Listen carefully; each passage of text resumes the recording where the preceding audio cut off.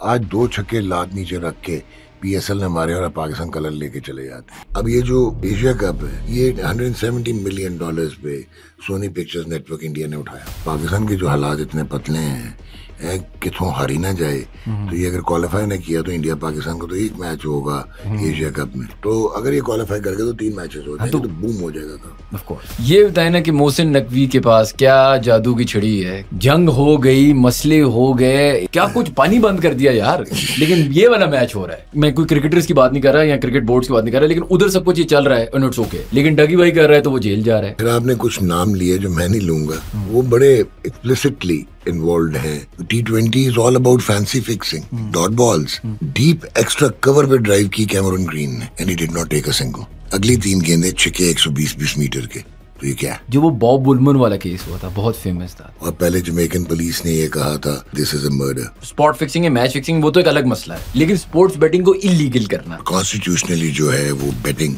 Gambling, alcohol religiously भी debarred है। तो राशिद का ये कहना है कि बाबर एक टांग पे भी खेले तो इनसे बेहतर है कि हारिस जैसा बंदा, मैं जिंदगी में कभी कमेंट ना करूं वसीम अकरम पे। पाकिस्तान की सेहत पे कोई असर नहीं पड़ता कि वेदर इंडिया बायलैटरल खेलता है या नहीं खेलता, पाकिस्तान आता है या नहीं आता। The entire world rallied around Pakistan's narrative कि अगर इंडिया नहीं आएगा तो हम भी इंडिया नहीं जाएंगे।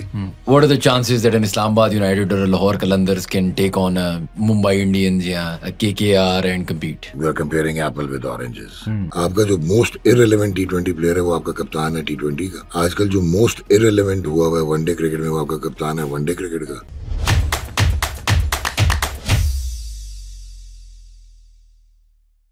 Assalamu alaikum everyone and welcome to another episode of How Does It Work, a podcast by Pro Pakistani. We have our favorite guest back on, Dr. Numan Niaz. बहुत बहुत शुक्रिया yet again आपने हमें time दिया। Always a pleasure ji.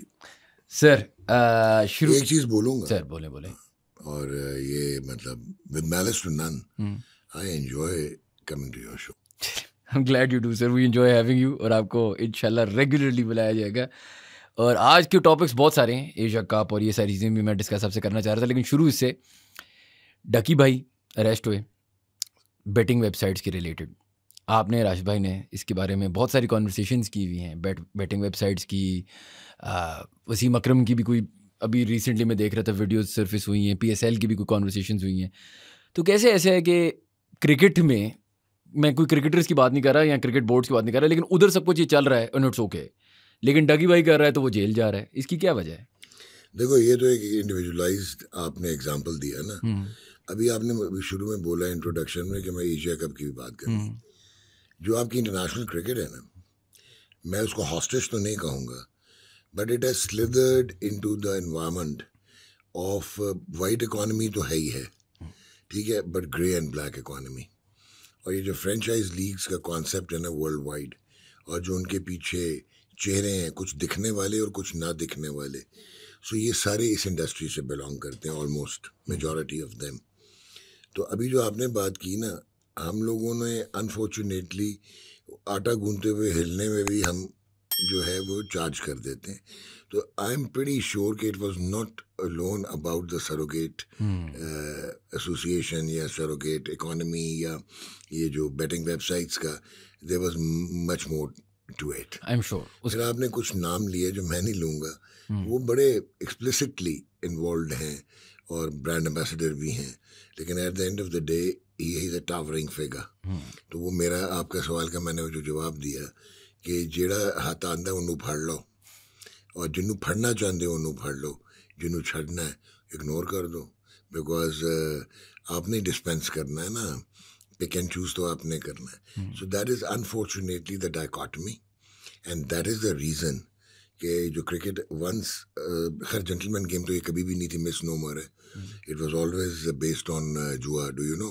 I am sure always based on, कोई अच्छी game जुए पे ही बेस्ड होती है जो मुझे रियलाइज हुई, फुटबॉल, क्रिकेट, बास्केटबॉल। मैं आपको क्विकली बता देता हूँ कि जो थॉमस लॉर्ड थे, ये एक जेंटलमैन्स क्लब चलाते थे, और ये लॉर्ड्स वो नहीं, ये तीसरी लॉर्ड्स है जहाँ पे ये लॉर्ड्स है अब। तो वहाँ पे जो जेंटलमैन्स क्लब था वहाँ पे एलीट ऑफ लंदन आती थी गैम्बलिंग के लिए, और वहाँ पे बहुत सारी परवर्जन्स भी होती थी और होमोसेक्सुअलिटी भी परवान चढ़ती थी, और फिर वो कैसीनो जो है वहाँ पे गैम्बलिंग होती थी, और वहाँ पे फिर ये बुक मेकर्स आना शुरू हुए, ये गैम्बलर्स, और इन्होंने फिर एक वो था Lambert, William Lambert, he was a Northamptonshire player who also played for All England and I am talking about 1813। अच्छा। तो वो भाईजान जो हैं वो इसमें शामिल हो गए और फिर मैचेस जो हैं वो फिक्स होते थे and then one fine morning he was found dead in his apartment. तो ये पहला चीज़ है जहाँ से, तो थॉमस लॉर्ड कौन सा कोई प्रीस्ट था, Thomas Lord was actually running a gambling den, betting. उसके बाद ये मेलबर्न में जो आपके 2 पहले टेस्ट मैचेस हैं, ये बेटर्स होते थे वहाँ पे जो बेट करते थे और ये सारा जुआ होता था, गैम्बलिंग होती थी। और वो test matches actually official test matches नहीं थे, वो तो later down the road they said कि यार इतनी तगड़ी टीम्स आई थी, जॉर्ज पार के अलावा इतनी तगड़ी आई तो इनको टेस्ट स्टेटस मिल गया। तो वो तो रेट्रोस्पेक्टिव टेस्ट स्टेटस मिला था मेलबर्न के पहले दोनों मैचेस को, तो वहाँ पे भी बैटिंग होती थी। फिर अगर आपको मैं एग्जांपल दूं क्रिकेट का, तो एक ये थे एल्फ्रेड मिन, केंट के फास्ट बॉलर, वो अल्कोहलिक थे, उन पर इतना लोन चढ़ गया तो उन्होंने फिर मैच फिक्स किया और 400 पाउंड उन्होंने लोन उतारा। फिर एक था Edward pulley, who was the wicketkeeper of England, who went on official tour in 1878 to Australia and New Zealand, और वहाँ पे उसने अंपायर के साथ मिल के और आउट दिलवा दिए अपने ही इंग्लैंड के players, and he was the first to be banned for gambling and fixing. तो अब आप क्या पूछ रहे हो मेरे से, तो मैंने आपको आंसर कर दिया। दिस इज़ अनफॉर्चुनेट, रिग्रेटेबल कि आपने इस मॉन्स्टर को पलने दिया है और आपकी ना हिपोक्रेसी नज़र आती है और आप ना कैनिबलाइज करते हो अपने ही डिसीजन को कि आप एक तरफ anti corruption unit millions of pounds की बना रहे हो, ठीक है, जो आईसीसी ने बनाई, और दूसरी तरफ आप T20 स्टेटस जो है वो 106 टीम्स को दे रहे हो। तो T20 is all about fancy fixing, dot balls. अभी एक आपको रिसेंट एग्जांपल दूं, सर्कमस्टांशियल एविडेंस है, एविडेंस नहीं है मेरे पास। अभी मैच हो रहा था, वनडे इंटरनेशनल था between south Africa and Australia, third one day international of the recent series, recently concluded series, और वहाँ पे वो खेल रहा था कैमरून ग्रीन और दूसरे एंड पे एलेक्स कैरी था और 45th ओवर था और मुतस्मी slow left arm orthodox ball कर रहा था और that was the second ball of the over, चौका लगा और फिर डीप एक्स्ट्रा कवर पे ड्राइव की कैमरून ग्रीन ने and he did not take a single. उधर कौन था, एलेक्स कैरी था, कोई नंबर 11 नहीं खेल रहा था, 350 ऑस्ट्रेलिया कर चुका हुआ था, एंड देन अगली 3 गेंदें छिके 120 मीटर के। तो ये क्या है, ठीक है, इस तरह के आप उठा के बेतहाशा बहुत सारे एग्जांपल्स हैं। फिर आप एग्जांपल देख लो कि ये जो 2020 से लेके अब तक जो फैंसी फिक्सिंग या फेलियर टू रिपोर्ट या मैच फिक्सिंग में इन्होंने पकड़ा है अथॉरिटीज़ ने, वो बेसिकली ओमान के हैं, यूएई के हैं, अफगानिस्तान के हैं, none of the big ones, और एसोसिएट मेंबर्स के, none of the big one. तो बिग वन या तो ये पकड़ना नहीं चाहते या पकड़ नहीं सकते। जवाब दे दिया मैंने आपको। अच्छा, मैं थोड़ा सा इधर डाइग्रेस करूंगा क्योंकि आपने अभी थोड़ी देर पहले बात की ना कि he was found dead in his hotel room. अब ये मेरे जहन में आ गया, तो I have to ask you, जब मैं बच्चा था, आप तो यू लिव्ड दिस लाइफ, तो जो वो बॉब बुलमन वाला केस हुआ था, बहुत फेमस था, तो बहुत सारे जो कंस्पिरेसी थीरिस्ट थे उनने बहुत सारी चीज़ें इस तरह सोची कि यार कंस्पिरेसीज हैं, मैच फिक्सिंग की, इसकी उसकी। वाज दैट कंप्लीट कंस्पिरेसी और is there any logic to it? देखो, I won't say complete conspiracy, but being an मतलब एजुकेटेड पीपल, हम लोगों को, हम तो उस पर ही जाएंगे ना जो इवेंचुअल डिसीजन आया। तो वो डिसीजन तो ये था कि it was a natural death, ये तो एक बात हो गई। बट अगर आप इंसिडेंट में चले जाओ, you are talking about Jamaica in 2007 ICC World Cup, Pakistan Ireland से मैच हारा था that evening and he was furious. Younis Khan का ये कहना है कि Bob was not the type जो कि अपना कोई इन चीज़ों को दिल पे लेता था, ही वाज अ प्रोफेशनल और ही वाज फाइन। यूनुस से बातचीत हुई उसकी, बट अगर आपको याद हो तो जमैकन न्यूज़पेपर्स इनिशियली सेड के जहाज़ भी इन्होंने टारमाक पे रोक लिया था पाकिस्तान का, डिले हो गया था, Asad Mustafa was assistant manager was held back और इन्वेस्टिगेशंस हुई थी। और पहले जमैकन पुलिस ने ये कहा था, वो कि उनकी इतनी क्रेडिबिलिटी है नहीं, लेकिन उन्होंने ये कहा था कि this is a murder, and he has been bumped off like others. अब मतलब ये कोइंसिडेंस है ना. एक कराची का क्रिकेटर होता था नासिर वास्ती, एक्सीडेंट हो गया, मर गया. एक होता था सलीम परवेज, वन इंटरनेशनल भी खेले वेस्ट इंडीज़ के अगेंस्ट पेजी भाई 1980 में 81 में. He died in a car crash. He was a known match fixer. ठीक है. हनीफ कैडबरी के 6-8 लाश के टुकड़े मिल गए. तो ये कोइंसिडेंसेस भी है ना. हेंजी क्रॉनिया एक पोस्टल सर्विस के जहाज में चढ़ के क्रैश हो गया.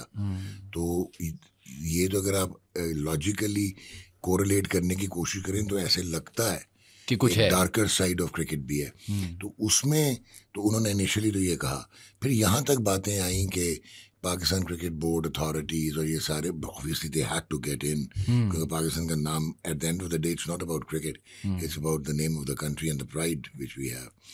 तो वो सुनने में ये आया कि फिर उनकी जो महरूम की जो अहलियाँ हैं उनको फिर कोई रिकम्पनसेशन और फिर वहाँ पे करके तो ये जो इसको नेचुरल डेथ कर दिया गया था. तो ये डिसीजन चेंज तो हुआ था. ठीक है ना. पहले आया है. अब आई डोंट नो कि पहले वाला सही था या बाद वाला सही है. सो दैट आई विल, लेकिन एक कॉन्वर्सेशन आई कैन नॉट, मतलब मैं एक जजमेंट नहीं पास कर सकता. बट ये चीज़ें सर्कमस्टांशियली आई. बिल्कुल.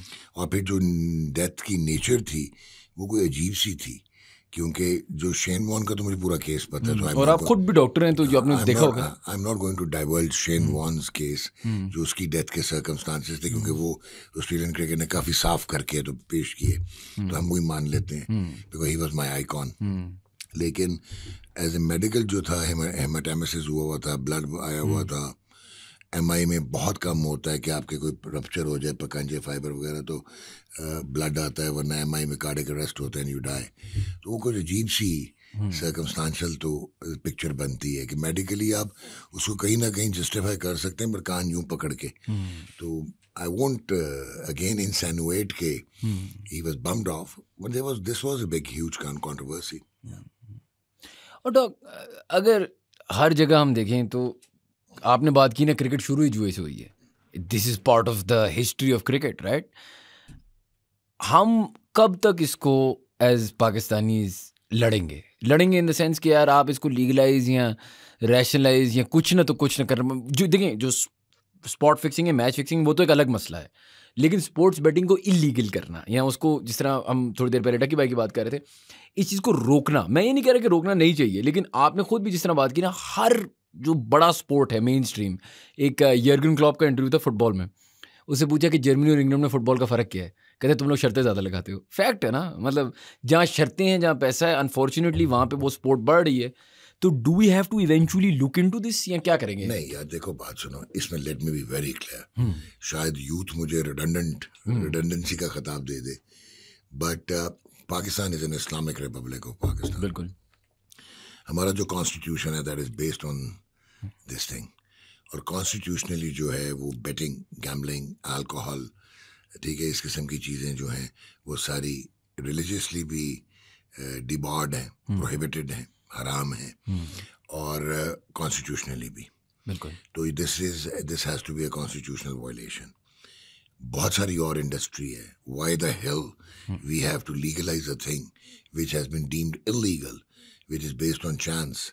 अच्छा, रिलीजन जो है हमारा, दैट्स नॉट ओनली अबाउट, बहुत लॉजिकल और बहुत प्रैग्मेटिक रिलीजन है अगर आप स्कॉलर की आंख से देखें. ठीक है ना, आप उसमें एक एक्सट्रीमिस्ट व्यू ना लें.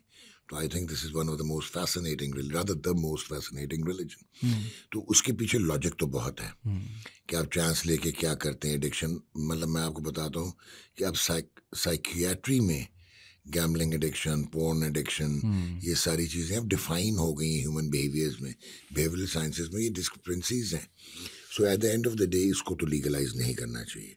लेकिन हमने जो तमाशा लगाया और अपना तमाशा बनाया वो ये था कि मैं बहुत सारी चीज़ें आपको सर्कमस्टांशियल एविडेंस पाकिस्तान की भी दे दूं कि कौन कौन से मैच जो हैं वो definitely they were not clean. वो शायद मैं आजकल दे नहीं सकता because of I am actually working for someone, और उसमें वो उनका इस वक्त इंटेलेक्चुअल प्रॉपर्टी राइट के रिसर्च करके हमने किया. But at the end of the day I would just say कि अगर आपने 90s में प्लेयर्स को टंग दिया होता तो आज ही ना तो 2010 ना होता, 2017 ना होता. ठीक है ना, क्योंकि अकाउंटेबल जब तक आप नहीं करेंगे कल्प्रेट को, ठीक है, अच्छा एक तो ये चीज़ है बहुत इंपॉर्टेंट, आई एम ग्लैड कि you have asked this question, ये बहुत कम लोग पूछते हैं। तो एक तो ये रीज़न है, ठीक है, मतलब डेटरेंस कैसे होनी थी, डेटरेंस ऐसे होनी थी कि आपके हीरोज लटके होते जो कि कल्प्रेट थे, जो कि गिल्टी थे, ठीक। पीसीबी की एक प्रोब कमेटी बनी थी और जस्टिस एजाज यूसुफ उसको हेड कर रहे थे, नुसरत अजीम भी थे उनमें, और वकार अहमद भी थे, सेक्रेटरी पीसीबी के थे, और एक और थे कोई लाहौर क्रिकेट के एलडीसीए के प्रेसिडेंट थे। उन्होंने प्लेयर्स टांग दिए थे, और वो जब आपने देखा कि वो ब्यूरोक्रेसी क्रिकेट की कुछ और तरह काम करती है, फिर स्टेट की ब्यूरोक्रेसी किसी और तरह काम करती है, जब उन्होंने देखा कि यार ये तो एक्सपोजर होने जा रहा है, तो उन्होंने उसके ऊपर ओवरराइड करके जस्टिस कयूम बना दी कमीशन इंक्वायरी, और वो गायब हो गई, ठीक है। और उसमें कहा जी क्रॉस एग्जामिनेशन नहीं हुआ था उसमें, क्योंकि इतना इंक्रिमिनेटिंग एविडेंस था, और जो जितना क्रॉस एग्जामिनेशन जिन प्लेयर्स का हुआ था, हारून रशीद, रमीज राजा, आकिब जावेद, तो वो तो प्रूव करता था कि ये it was a malaise that has struck Pakistan cricket. वो आपने डेटरेंस नहीं की। अच्छा, अनफॉर्चुनेटली जो विसल ब्लोअर्स थे वो गायब हो गए और उनको पीनलाइज कर दिया गया, और जो गिल्टी थे वो फ्लरिश करते रहे, पहले एज प्लेयर्स, कैप्टनसी, फिर मैनेजमेंट, कोचेस, बिल्कुल ठीक है, सारा कुछ मिला उनको। तो दिस अगर आप इस तरह का इम्बैलेंस रखेंगे तो फिर यार आप मतलब अनफॉर्चुनेट, आयरॉनिक है, रिग्रेटेबल है। डॉग, अगर मैं एक बुरी चीज़ से आपको दूसरी चीज़ पे लेके जाऊं तो सर हैदर अली की एक बड़ी अनफॉर्चुनेट सी एक सिचुएशन, अनफॉर्चुनेट उसके लिए नहीं, अनफॉर्चुनेट पाकिस्तान क्रिकेट के लिए एक सिचुएशन चल रही है।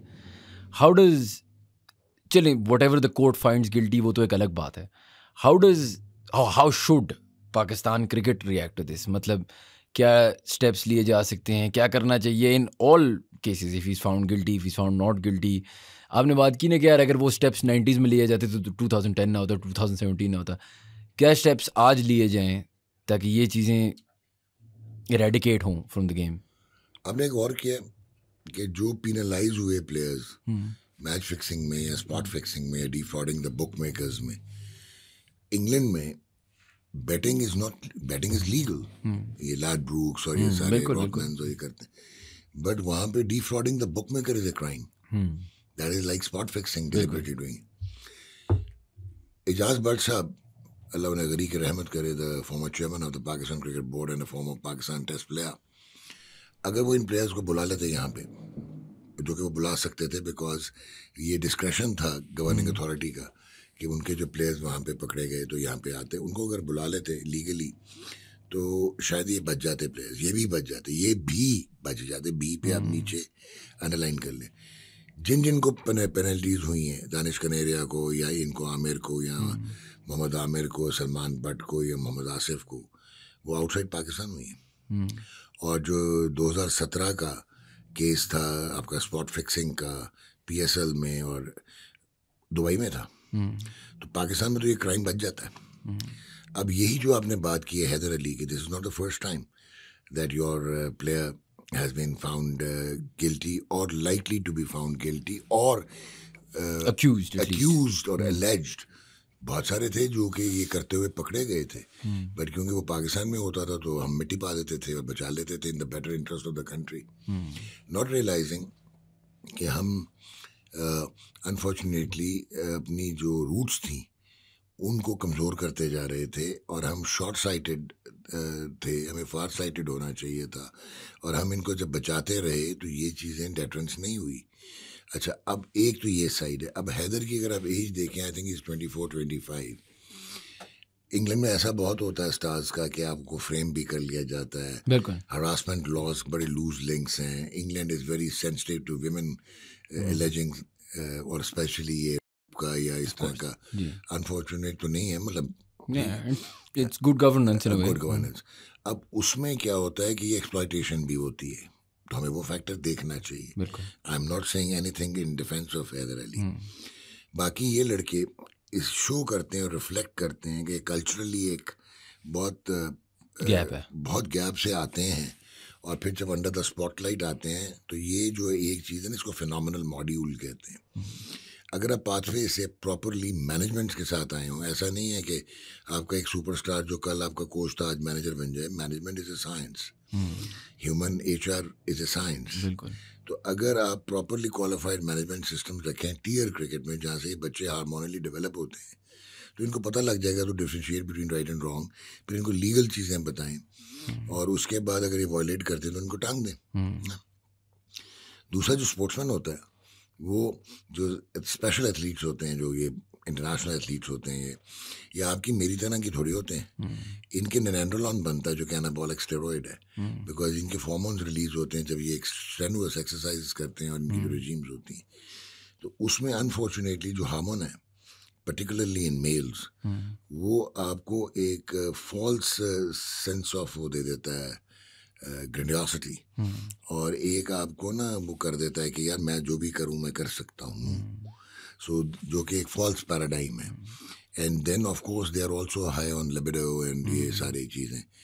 तो अनफॉर्चुनेटली आपका, क्योंकि वो जो इतना सारा एक वेज है, ठीक है, इसमें स्क्रूपल्स, मोरालिटी, वर्क एथिक्स, ये सारी चीज़ें आपको एक, जैसा आप अपनी औलाद को पालते हैं उसमें आपको इन एथलीट्स को पालना पड़ता है। तो आप इधर तो कुछ कह नहीं रहे होते, आंखें बंद कर रहे होते हैं, तो दिस हैपन्स, ठीक है। तो दैट इज़ सो अनफॉर्चुनेट। और मैं समझता हूँ कि बिल्कुल भी, बल्कि रादर आपको इनडिस्क्रिमिनेट होना चाहिए इफ़ एनीथिंग जो है इज़ प्रूवन अगेंस्ट हैदर। बिल्कुल बिल्कुल। फिर आपको छोड़ना नहीं चाहिए। अच्छा सर, मीडिया ट्रेनिंग भी एक पार्ट ऑफ दिस है ना। एक तो चलें ये तो बहुत एक्सट्रीम हमने भी बात की, लेकिन अभी मोहम्मद हारिस की मैं देख रहा था एक इंटरव्यू है, कह रहा था कि बाबर आजम को ऐसे खेलना चाहिए, तेज़ खेलना चाहिए, ये करना चाहिए।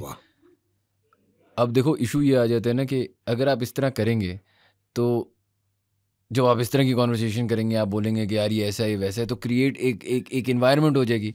अब is this a lack of media training और is this just cut throat Pakistani politics? देखो, unfortunately what you need to realise कि जब हम लोगों ने स्पोर्ट्स कवर करनी शुरू की थी ना, तो हमारे रोल मॉडल्स होते थे, उमर कुरैशी थे, चिश्ती मुजाहिद थे, इम्तियाज सिपरा थे, ठीक है, और बहुत टॉप क्लास जर्नलिस्ट होते थे। तो हमारी जो जनरेशन है ना, वो रगड़ा खा के सीखी थी।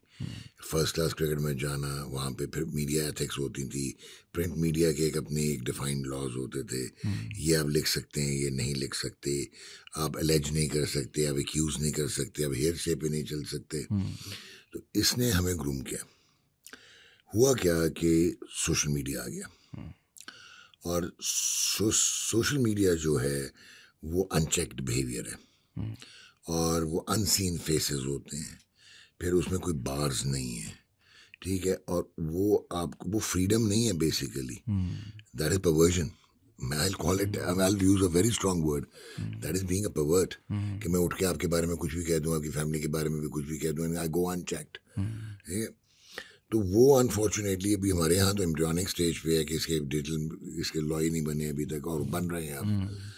सो वो एक फॉल्स सेंस ऑफ अथॉरिटी जो मिली ना, ठीक है ना, तो आप तो एक तो मीडिया का जो एक्चुअल जर्नलिस्ट है वो गायब हो गया, 2 ट्वीट करके आप अपने आप को करस्पॉन्डेंट कह के। फिर अथॉरिटीज़ ने जो तबाही की ना, उन्होंने ऐसे लोगों को इनकरेज किया जो उनकी रामलीला जो है उसको फॉलो करते थे। अब हमारे जैसे आप जैसे जो होंगे, if we can differentiate between right and wrong, हम उनके रॉन्ग्स को रॉन्ग कहेंगे, राइट को राइट कहेंगे। हाँ ठीक है, हमें एजेंडा नहीं चलाना चाहिए, हमें बायसेस नहीं होने चाहिए। तो यहाँ से हमारी अथॉरिटीज़ ने भी, sporting authorities, particularly Pakistan cricket board, यहाँ पे येलो जर्नलिज्म को परवाना आपने चढ़ाया, ठीक है, वो अब आपके गले पड़ने लग गया। अब मोहम्मद हारिस, और अगर मैं एनालिटिकल माइंड के साथ, और बाबर आजम, जो राशिद लतीफ़ ने कहा था वो सही कहा था कि आप बिल्कुल बाबर आजम को आपने सही ड्रॉप कर दिया। आप, हम भी मान लेते हैं कि जी वो T20 से इररिलेवेंट हो गया, सही है, उसका स्ट्राइक रेट वो नहीं है, उसका जो है प्लेइंग स्टाइल है, डिक्लाइन तो बहुत है, प्लेइंग स्टाइल है, फॉर्म है, चाहे वो इंटरनलाइज चीज़ें थी जो एक्सटर्नलाइज हो गई हैं, ठीक है, वो मान लिया हमने सारा कुछ। आप उसको ड्रॉप करें, लेकिन आप रिप्लेस किससे करेंगे? तो राशिद का ये कहना है कि बाबर एक टांग पे भी खेले तो इनसे बेहतर है, वो आप सेलेक्ट कर रहे हैं। इन बच्चों को ये डिफ्रेंसिएशन नहीं है और इनको खिलाने वालों को डिफ्रेंसिएशन नहीं है कि what is the difference between slogging and pinch hitting. ठीक है, power hitting is structured, power hitting is scientific. ठीक है, ये वो लात क्लियर करके और मिड विकेट और वो रख के तो चलाना शुरू कर देते हैं। बांग्लादेश में ग्रेटेस्ट एग्जांपल था, स्लो लो पिचेस पे भी ये स्लॉगिंग फारिग हो रहे थे, स्लॉगिंग कर रहे थे। तो एक तो ये चीज़ है। दूसरा, अगर मैं technically yes, Babar Azam has lost his Midas touch, he is not in form, again psychological behaviour है या उसकी इंटरनलाइज प्रॉब्लम्स एक्सटर्नलाइज हो गई हैं, but fact is that he has not been performing. और फिर उसका एक बेंचमार्क था, वो बेंचमार्क तो दूर की बात, वो तो मीडियोक्रिटी से भी नीचे चला गया। बिल्कुल ठीक हो गया। लेकिन at the end of the day आज भी उसको आप खड़ा करें, अगर आपने क्रिकेटिंग स्किल, टेक्निक की बात करनी है, टेक्निक, मेथड, क्वालिटी, और एक तरफ आप पूरी पाकिस्तान टीम को खड़ा करें, तो he is like on the mount Everest पे। उस पे अगर ये जो है, ये मैं नहीं कहूँगा कि उसने डिलिबरेटली किया हारिस की तो अपनी टेक्निक ही कोई नहीं है, डिफेंस ही कोई नहीं है। हारिस तो मुझे नहीं पता भाई is he playing international cricket, लेकिन देखिए सर, ठीक है। और हारिस का ये कह देना, that is the failure and that reflects and that is the failure of the authorities जो कि मीडिया को रन करती हैं, of the Pakistan cricket board. बिल्कुल, मैं तो हारिस को तो ब्लेम ही नहीं करूंगा। बिल्कुल, ये बिकॉज़ आप टीम मेंबर्स हो ना, मतलब रिगार्डलेस आपने राइट और रॉन्ग बताया था उसको, उसने कहाँ पे जाना था, कहाँ पे नहीं जाना था, क्योंकि जर्नलिस्ट तो बड़ी वक्त चीज़ होता है, वो तो कहीं से कुछ भी उगलवा लेता है आपसे। So at the end of the day this is the failure of the system that unfortunate है कि हारिस जैसा बंदा, मैं जिंदगी में कभी कमेंट ना करूँ वसीम अकरम पे, who the hell I am. मैं टेक्निकली एनालाइज कर सकता हूँ, but I can't pass judgements on the man himself या कोई और बड़ा प्लेयर हो। और अगर आप बेशक गेम से दूर हैं, रिटायर्ड हैं, कुछ और हैं, फिर भी कुछ हद तक ठीक है ना, लेकिन अगर आप, there is a possibility Babar and Haris have to play, लेके कौन आया, you have to play together maybe at some point, right? ये तो फिर इट क्रिएट्स खैर हिज कैप्टेंसी वर्ल्ड कप, या ऑफ कोर्स जहाँ पे आप मशहूर हुए। खैर चलें, मीडिया ट्रेनिंग, ये सारे मसले तो पाकिस्तान में रहेंगे। ये बताएं ना कि मोहसिन नकवी के पास क्या जादू की छड़ी है कि किसी तरीके से जंग हो गई, मसले हो गए, पानी बंद कर दिया यार, लेकिन ये वाला मैच हो रहा है। शाहिद अफरीदी और वो वाला मैच भी उन्हें WCL, जिस पे मैं आपसे कमेंट भी लूँगा, लेकिन चलें वो उस पर आते हैं। ये वाला मैच कैसे हो रहा है, ये तो मेरी समझ से बाहर है। आपको एक पिक्चर देता हूँ, the prime minister of India, Republic of India, उनका एक नैरेटिव है और वो नैरेटिव एंटायर पाकिस्तान थीसिस है और उस पर वो वोट भी लेते हैं। फिर उनका वो हिंदू देवता भी है, उनका एक्सट्रीमिस्ट व्यू भी है, दैट्स हिज पॉलिटिक्स। पाकिस्तान की सेहत पे कोई असर नहीं पड़ता कि वेदर इंडिया बायलैटरल खेलता या नहीं खेलता, पाकिस्तान आता या नहीं आता। लेकिन आपने ICC चैंपियंस ट्रॉफी में भी देखा था कि for the first time the entire world rallied around Pakistan narrative कि अगर इंडिया नहीं आएगा तो हम भी इंडिया नहीं जाएंगे, और डिसाइड हो गया कि एक हाइब्रिड मॉडल होगा जिसपे आप थर्ड कंट्री में खेलेंगे। मतलब बड़ी सरप्राइजिंग थी आपके लिए। अच्छा, अब ये एक पार्ट ये है कि यार BCCI ने परमिशन लेनी होती है गवर्नमेंट ऑफ इंडिया से। गवर्नमेंट ऑफ इंडिया ने कैसे अलाउ कर दिया BCCI को कि इंडिया की टीम एशिया कप में पार्टिसिपेट करेगी? बड़ी सोचने की बात है। और क्या इसका फ्लैग जो है, जो इनके वोटर्स हैं BJP के, वो फ्लैग नहीं आएगा ऊपर से? आप उस मोमेंट पे जहाँ पे डोनाल्ड ट्रंप 50 दफ़ा रीएनफोर्स कर चुके हैं कि उन्होंने बंद करवाया था ये battle between Pakistan and India, और 7 जहाज गिर गए इंडिया के, या 6 व्हाटएवर। फिर उनका जो हॉस्टाइल था इस वक्त मीडिया, और उनका एक सूडो और फेक नेशनलिज्म जो वो प्रमोट कर रहे थे, हिस्टोरिकल रिस्पॉन्सेस दे रहे थे, झूठ पे मबनी सारा, उसमें कैसे मान गया ये? क्या बिल्कुल, हाँ, यही आप पूछना चाह रहे हैं। चलिए फिर आपको बताते हैं। मोहसिन नकवी के पास रोटेशन पे आ गई presidentship of the Asian cricket council. ये चले गए बांग्लादेश में, इन्होंने कहा कि AGM होगी एशियन क्रिकेट काउंसिल की। इंडिया ने कहा कि sorry over our dead body, और इंडिया बिहाइंड, मतलब बैक एंड पे जो है Sri Lanka, Oman and India and Afghanistan, they were ready to veto. यानी कि अगर ये 3 फुल मेंबर्स जो है वो ना कर देते तो एशिया कप या पोस्टपोन होता या ना होता या सस्पेंड होता। ठीक है। लेकिन ऐसा नहीं हुआ। दूसरे दिन उन्होंने पहले बड़क मारी हम नहीं आएंगे, फिर उन्होंने मोहसिन नकवी ने कहा कि यार AGM तो होगी और बांग्लादेश में होगी, हम चेंज नहीं करेंगे, जो भी आपकी जियोपॉलिटिकल रिलेशनशिप है विद बांग्लादेश तो आप जूम पे आ जाएं, आप वीडियो कॉल पे आ जाएं। नहीं। और भैया का यार आपको एक वन फाइन मॉर्निंग पता लगता है कि राजीव शुक्ला भी आ गए और अफगानिस्तान वाले तो पहुंच गए इन पर्सन, वो भी पहुंच गए, आइटनरी भी डिसाइड हो गई। और यहाँ तक नहीं रुकी बात, 2 एक्स्ट्रा टीमें भी जो है वो इंक्लूड कर ली गई, which is Nepal and Oman, वो आ गई। ये क्यों हुआ? क्या जादू है ये जादू क्या है? तो आप क्या समझते हैं कि मोहसिन नकवी साहब जो हमारे फेडरल मिनिस्टर है, वेरी रिस्पेक्टेड इंटीरियर के, उनके पास मैजिक वॉन्ड था? अब तो ऐसा ही रहा है। नहीं था ना बॉस। अब आगे चलते हैं। होता ये है कि एक स्टार स्पोर्ट्स जो है वो ब्रॉडकास्टर है, वो 2-2.5 साल पहले $57.5 मिलियन का वाईकॉम 18 खरीदता है, जो एक और स्पोर्टिंग नेटवर्क था। उसके बाद वो डिज्नी इंटरनेशनल $8.5 बिलियन का खरीदता है, और ये तीनों जो है मिलके कंसोर्शियम बनाते हैं और वो जियो स्टार बन जाता है। और जियो स्टार के ओनर हैं मुकेश अंबानी, और मुकेश अंबानी ओनर हैं उनकी मुंबई इंडियंस के भी। और मुकेश अंबानी का not only Jio star but पूरे इंडिया का media, we are not talking about Pakistan का इतना सा सैंपल साइज, इंडिया का मीडिया का 40% is owned by Mukesh Ambani. ठीक हो गया। फिर वो ग्लोबल राइट्स खरीदते हैं ICC के $3.1 बिलियन के। ठीक है। फिर वो ग्लोबल राइट्स खरीदते हैं इंडियन प्रीमियर लीग के, जो कि इन इटसेल्फ एक कॉन्फ्लिक्ट ऑफ इंटरेस्ट है, because you also own a franchise, जो कि इनकी बेगम के नाम पे है तो वो हो जाता है। वो अब खरीदते हैं $3.06 बिलियन के। आपने स्टेक्स देख लिए। अच्छा, अब एक थर्ड रेटेड तो नहीं मैं कहूँगा, चलो इट्स अ स्ट्रॉन्ग वर्ड, एक फजूल सा फ्लिमजी सा मैच होता है पाकिस्तान और इंडिया का ICC चैम्पियंस ट्रॉफी में दुबई में। 265 265 मिलियन लोग जो हैं उसको वर्ल्ड वाइड फॉलो करते हैं ब्रॉडकास्ट में। ठीक हो गया।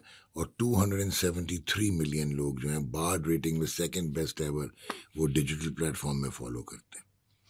अब आपका काउंटर क्वेश्चन होएगा कि यार पाकिस्तान की तो एसोसिएट मेंबर की टीम बन चुकी है, where as India is a thriving white ball team जो कि वनडे की फाइनलिस्ट थी वर्ल्ड कप की और जीती हुई है T20 वर्ल्ड कप, और रॉलिकिंग स्टार्स है उनके पास और वो है। तो ये क्यों इतनी अट्रैक्शन है? उसका भी जवाब है। उसका अट्रैक्शन नंबर 1 तो ये है कि जो कंज्यूमर है इंडिया में 1.3 बिलियन पॉपुलेशन है, पाकिस्तान में 250 मिलियन पॉपुलेशन है। तो आई बॉल्स इकट्ठे मिला के बाकी ग्लोब के साथ क्रिकेट के देखें कुछ बचता नहीं है।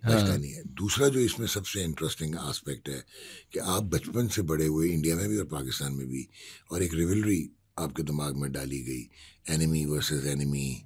ठीक है, जो मर्जी आप कर लें, और वो आप जब आपका सब लिमिनल माइंड है ना वो अट्रैक्ट करता है, वो फिर स्पोर्ट्स में ट्रांसलेट होता है और आता है। कंपैरेटिव कंपटीशन हो जाता है, यार we don't have to lose to India, सारा टूर्नामेंट हार जी, इंडिया को नहीं हारना। ठीक, ये दूसरा हो गया। अब तीसरी चीज़ जो इसमें इम्पोर्टेंट फैक्टर आता है ना, क्रिकेट की एक वाइट इकॉनमी है जो मैंने ये बोल दी।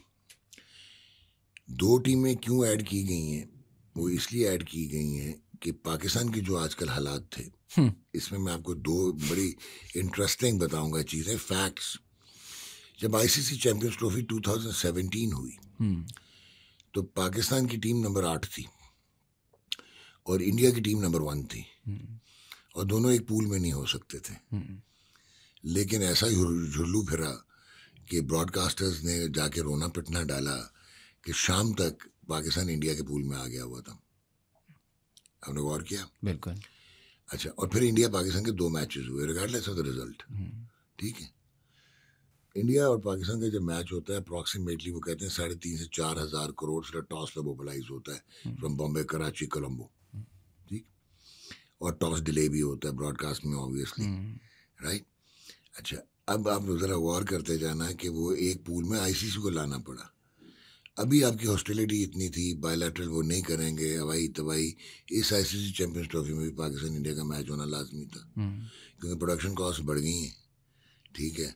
और उसके अलावा जो है ये एडवर्टाइजर्स जो हैं वो अट्रैक्ट होते हैं, किस चीज़ से वो अट्रैक्ट होते हैं? इंडिया पाकिस्तान की रिवलरी से, regardless of their contemporary cricketing status. बिल्कुल, ये अब दूसरी चीज़ हो गई।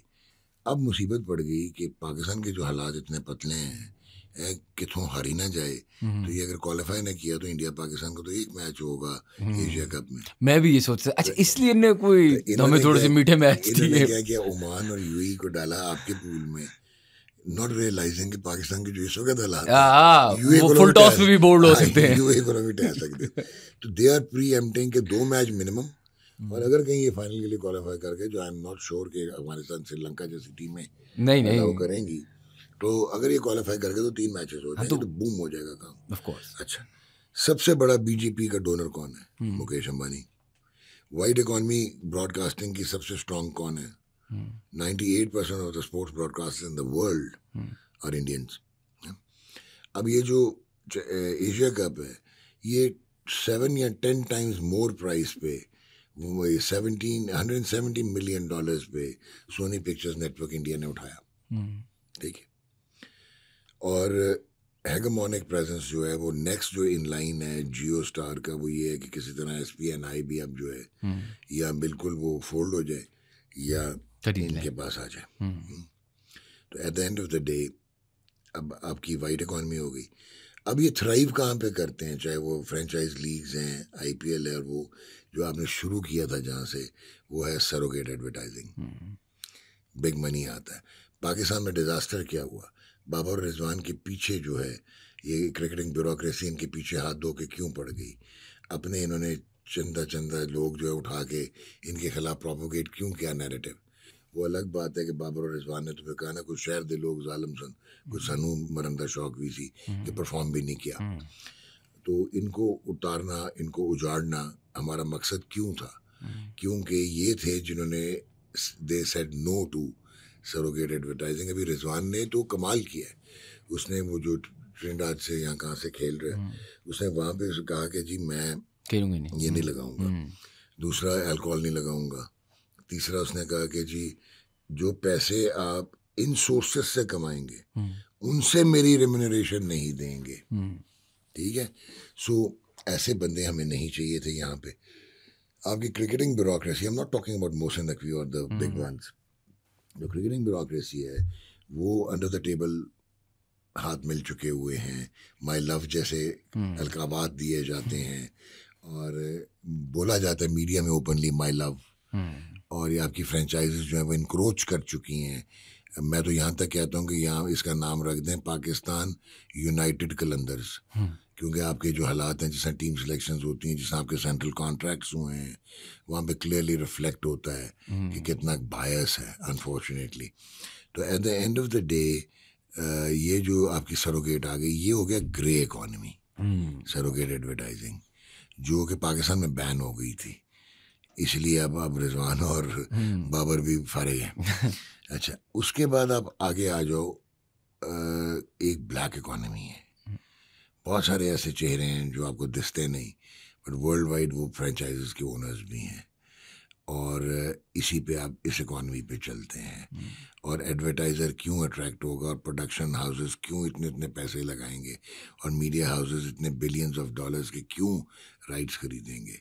तो अब आपको समझ आ गई कि BCCI और इंडियन गवर्नमेंट से ऊपर भी कोई था जिसने कहा पाजी मेरे पैसे लगे हैं, मेरे पैसे लगे हैं, ठीक है। फिर दूसरा लिटिगेशन सूट्स हो जाएंगे, सो मच हो कि घुटने टेकने पड़े BCCI को, इंडियन गवर्नमेंट को ये कहना पड़ा कि बायलैटरल हम नहीं खेलेंगे, लेकिन हम अपनी इंटरनेशनल कमिटमेंट्स पूरी करेंगे, बिकॉज आपके जो आपने साइन किए हुए हैं, आप सिग्नेटरी हैं लीगल इम्प्लीकेशंस में। अच्छा सर, इसी से हम लेके चलते हैं। आपने मुंबई इंडियंस की बात की, इस्लामाबाद यूनाइटेड, लाहौर कलंदर्स की बात की, सुना है एक चैंपियंस लीग हो रही है।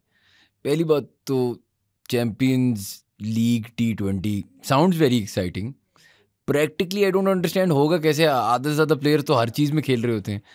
तो एक तो ये है, दूसरा क्या सूरत हाल है, लेट्स हाइपोथेसाइज विद मी कि यार होगी चैंपियंस लीग और हमारी टीम भी चलेगी। What are the chances that an Islamabad United or a Lahore Qalandars can take on a Mumbai Indians या KKR and compete? देखो, अगर तो क्रिकेटिंग मेरिट पे ये लीग होनी है, फिर अंडरलाइन कर लो मैं कुछ कह रहा हूँ, क्रिकेटिंग मेरिट पे होनी है, I would not like to draw the parallels. T20 में कुछ भी हो सकता है, लेकिन at the end of the day you are comparing apple with oranges. अगर क्रिकेटिंग मेरिट पे होनी है, लेकिन चैंपियंस लीग का कॉन्सेप्ट जो आया है तो वो तो कमर्शियल मेरिट पे होगी ना। तो कमर्शियल मेरिट पे तो फिर आप 2-4 मुक्के खुद भी खा लेते हो ना मुंह पे। अच्छा, मुझे ये बताया कि Tier 2 टेस्ट क्रिकेट अपेरेंटली हम उधर, अगर हम उधर चले गए Tier 2 टेस्ट क्रिकेट में, एक तो आइडिया बहुत बुरी है, बिकॉज मैं आपको एग्जांपल दूं, हम अगर उधर चले गए तो I think is the death of test cricket in Pakistan. वैसे भी हम कौन सा थ्राइव कर रहे हैं। आपके तो जो क्रिकेट बोर्ड की इस वक्त इंटेंशंस हैं, जो आपके डायरेक्टर इंटरनेशनल क्रिकेट है, उनको तो दोनों हाथों से सलूट है, सलाम है। कभी आपने गौर किया है कि लेसर टीम से मैच हारेंगे तो स्टेक्स हाई होते हैं ना। तो इस साल पाकिस्तान के वेस्ट इंडीज से मैचेस थे, अफगानिस्तान से मैचेस हैं, और आयरलैंड से मैचेस हैं, और बांग्लादेश से मैचेस थे, बैक टू बैक सीरीज। क्या फ्रीकिश आइडेंटिटी बनी है। यहाँ तो आपको इंटरनेशनली कोई पूछता नहीं और आपसे खेलना नहीं चाह रहा। लेकिन on the other hand Zimbabwe को 12 टेस्ट मैचेस मिले हैं, न्यूजीलैंड ने भी टूर किया, साउथ अफ्रीका ने भी किया। प्रॉबेबली वहाँ पे जो सरोगेट एडवर्टाइजिंग है उसकी हैगमनी है, तो शायद वो ब्रॉडकास्टर्स खुश होते हैं जिम्बाब्वे को इन्वॉल्व करके, regardless of the cricketing merit. तो आप क्या पूछ रहे थे? मैं ये पूछ रहा था कि अगर हम Tier 2 टेस्ट क्रिकेट बन जाए। नहीं, अब एक तो फीफा जो है ना, वो गवर्निंग अथॉरिटी है फुटबॉल की, गवर्निंग अथॉरिटी। बिल्कुल। जो ICC है ना, वो एक लेजिस्लेटिव बॉडी है, और वो थ्राइव करती है फुल मेंबर टीम्स के वोट पे। उसका अपना जो कॉन्स्टिट्यूशन है वो कुछ भी नहीं कर सकता। रूल्स आज भी मालेबॉन क्रिकेट क्लब बनाता है, फिर इनकी कमेटीज़ के पास आता है, और इनकी कमेटीज़ जो हैं वो सारे फुल मेंबर बोर्ड्स और एसोसिएट मेंबर बोर्ड्स के मेंबर्स होते हैं, जो कि उसको फाइनल शेप देते हैं। तो टेस्ट क्रिकेट का मतलब ये है कि जिनके पास टेस्ट स्टेटस है they should be playing test cricket. और एक तो आप इम्प्रूवमेंट की जोन ख़त्म कर देंगे अगर ये टीमें बेस्ट टीमों के साथ नहीं खेलेंगी। दूसरा, आप तो खुद ही टेस्ट क्रिकेट को एलिमिनेट कर चुके हैं पाकिस्तान, बिकॉज आपको पता है कि आपकी 1.5 प्लेयर की टेस्ट टीम रह गई है। ठीक है, आप वनडे से भाग रहे हैं। अपने वेस्ट इंडीज़ को कहा था हमने वनडे नहीं खेलने, बिल्कुल ठीक हो गया। तो आप तो T20 पे चले गए, क्योंकि एक इकॉनमी है ये T20, जो भी हम पैसा है ना इसमें, हर लिहाज का पैसा है, हर तरह का पैसा है, और इसमें तुक्के भी लग सकते हैं ना, इसमें स्किल थोड़ी नहीं, हर तरह का पैसा है। स्किल अब नहीं हो सकती boss, modern scientific cricket is different now. और आप लोग एक इल्यूजन में रह रहे हैं। आप स्टेडियम बना रहे हैं, आपके टॉम्बस्टोन्स बन जाएंगे इन प्लेयर्स के, मकबरे बन जाएंगे। उसका रीज़न ये है कि आपने ना बायो मैकेनिक्स को लेके आना है, ना आपने अपने स्पोर्ट्स मेडिकल डिपार्टमेंट को ठीक करना है, ना आपने क्लिफ डेकन से जान छुड़ानी है, और आपने प्लेयर्स को तबाह करना है, उनके करियर्स को तबाह करना है। और आपने क्यों नहीं करना? क्योंकि आप एक्सपोज हो जाएंगे। आप एक्सपोज क्यों हो जाएंगे? क्योंकि आपको इन चीज़ों की मालूमात नहीं है। क्योंकि अब कोचिंग कन्वेंशनल नहीं है। मैं आपको डायरेक्ट शान को नहीं कर सकता कोच। अब बायो मैकेनिस्ट आपको एनालाइज करेगा, फिर मुझे बायो मैकेनिक्स की समझ होनी चाहिए, फिर वो मुझे बताएगा कि मैंने यही आपकी इंप्रूवमेंट्स करवानी है, फिर मैं आपकी इंप्रूवमेंट्स करवाऊंगा। इंजरी प्रिवेंशन कैसे होगी, इंडिविजुअलाइज ऑप्टिमाइज ट्रेनिंग कैसे होगी। तो हम रेजिस्टेंस टू चेंज है, क्योंकि मैं मेरिट पे नहीं आया हुआ, मैं तो इररिलेवेंट हूँ उस पोस्ट पे जिस पोस्ट पे मैं काम कर रहा हूँ। I'm talking about your bureaucrats, I'm talking about your lawyers, I'm talking about your hotel management diploma holders, ठीक है। तो at the end of the day मैं resistance to change होता हूँ, तो कल्चर ऑफ mediocrity परवान चढ़ता है। और जब तक आप टीयर क्रिकेट में मॉडर्न क्रिकेट नहीं लेके आएंगे, मॉडर्न क्रिकेट नैरेटिव बनाने से, बाबर या रिजवान को बाहर निकालने से मॉडर्न क्रिकेट तो नहीं होगी। ठीक है, आपका जो मोस्ट इररिलेवेंट T20 प्लेयर है वो आपका कप्तान है T20 का। आजकल जो मोस्ट इररिलेवेंट हुआ हुआ है वनडे क्रिकेट में, वो आपका कप्तान है वनडे क्रिकेट का, मोहम्मद रिजवान। और जो आपका सबसे माठा टेस्ट क्रिकेट का प्लेयर है, वो कप्तान है आपका टेस्ट क्रिकेट का। वैसे प्रायोरिटीज आपकी ये हैं, और ये सारी मिसप्लेस्ड हैं। That actually perfectly aligns with what I was going to do with you next. अच्छा सर, मैं आपसे सवाल पूछूंगा, ठीक है, और आपने मुझे इन अ वर्ड आंसर देने हैं, ठीक है, एंड थोड़ी सी मिथ बस्टिंग भी करेंगे, लेकिन first let's start with a few things, ठीक है. Who should be the Pakistan Test cricket captain? Saud Shakeel. Who should be Salman Ali Agha. दोनों में से किसी को बना दो. Done. मैं टेस्ट क्रिकेट की बात. Test cricket. अब आगे ODI team. Who should be the cricket captain? Saud Shakeel और सलमान अली आगा. T20 मुश्किल है. ना बनता ये भी नहीं बनता, दोनों नहीं बनते. ना साउद बनता है ना सलमान बनता है. अगर शादाब को बनाना है बना दो, आई वोंट माइंड.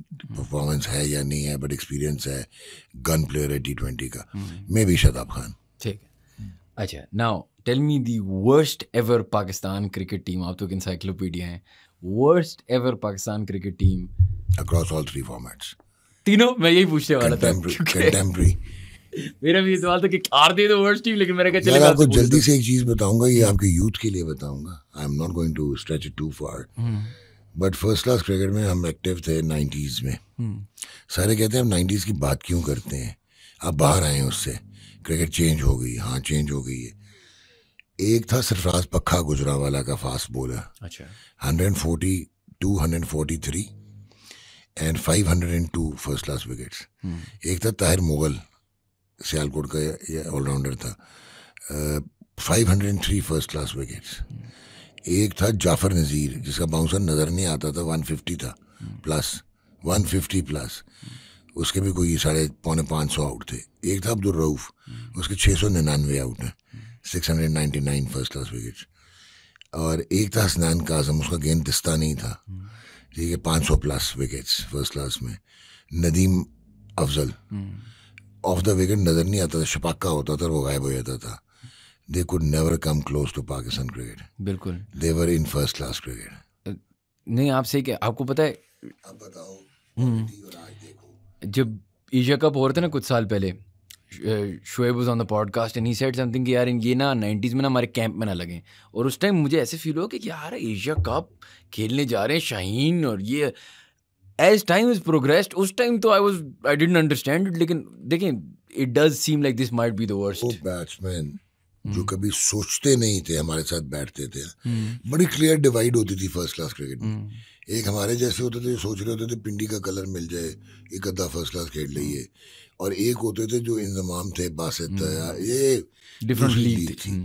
तो हमें क्लियर पता होता था कि ये सारे पाकिस्तान मटेरियल हैं. एसोसिएशन से आते थे, क्लब से एसोसिएशन, डिस्ट्रिक्ट से एसोसिएशन, एसोसिएशन से department, department was the gateway to international cricket, test cricket. और ये 3-3, 4-4 साल का रगड़ा खा के आते थे. वसीम अकरम या यासिर अली, ये तो बहुत फ्रीकिश इंसिडेंट्स थे कि बगैर फर्स्ट क्लास क्रिकेट के आगे, ठीक है ना. अदरवाइज तो ये सारे रगड़ा खा के फर्स्ट क्लास क्रिकेट में मैच्योर होके आते थे. आज 2 छक्के लात नीचे रख के PSL ने मारे और पाकिस्तान कलर लेके चले जाते.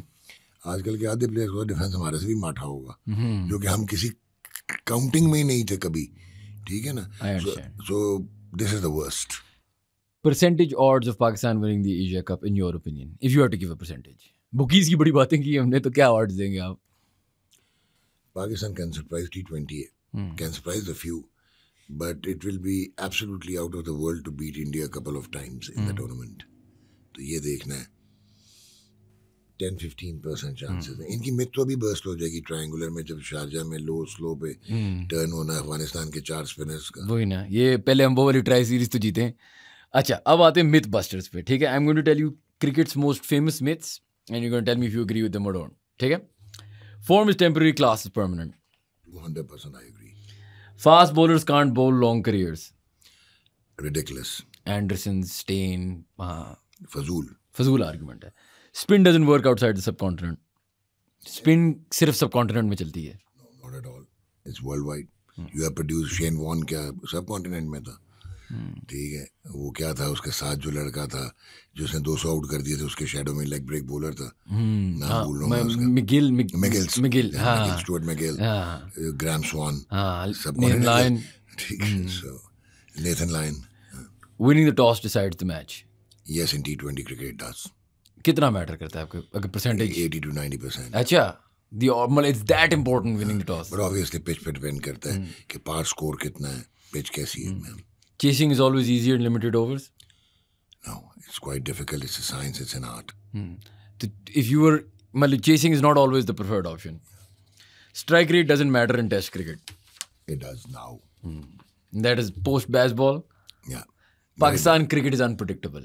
No, not at all. It is very predictable Achha. now.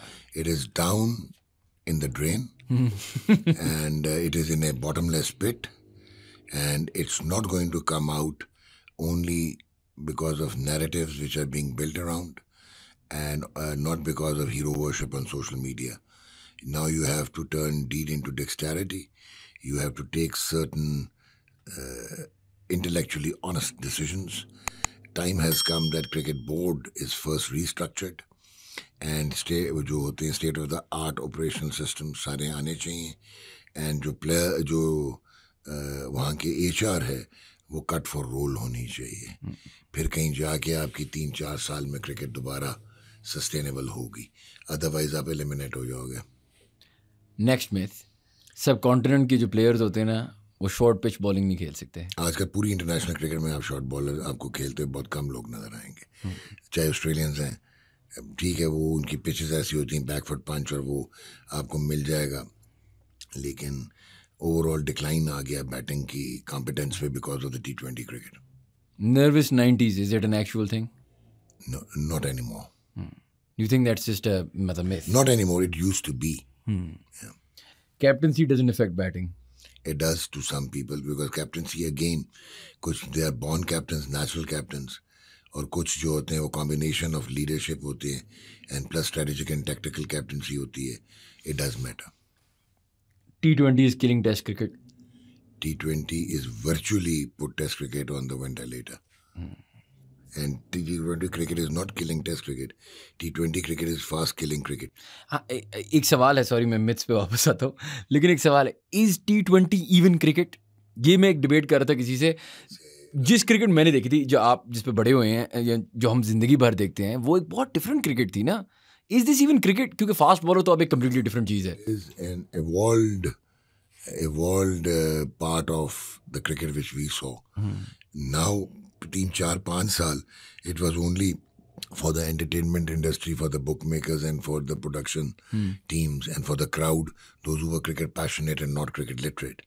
But in the last 3-4 years, T20 cricket has evolved into a science, and I personally call it cricket. Okay. It is cricket.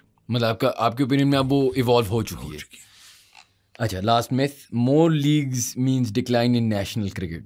Absolutely.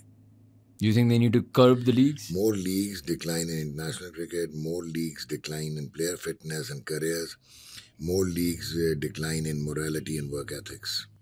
तो शर्तों का क्या होगा? मसला कुछ ऐसा है. हाँ, चलिए sir, that's all I have. बहुत बहुत शुक्रिया यार, एज ऑलवेज आपने हमें टाइम भी दिया, बहुत कुछ सिखाया भी. We'll definitely आपको तंग करते रहेंगे हम. Always a pleasure, Shan. Thank you, sir. Thank you guys for watching. If you enjoyed our content, please do subscribe to our channel, and we will see you for the next podcast.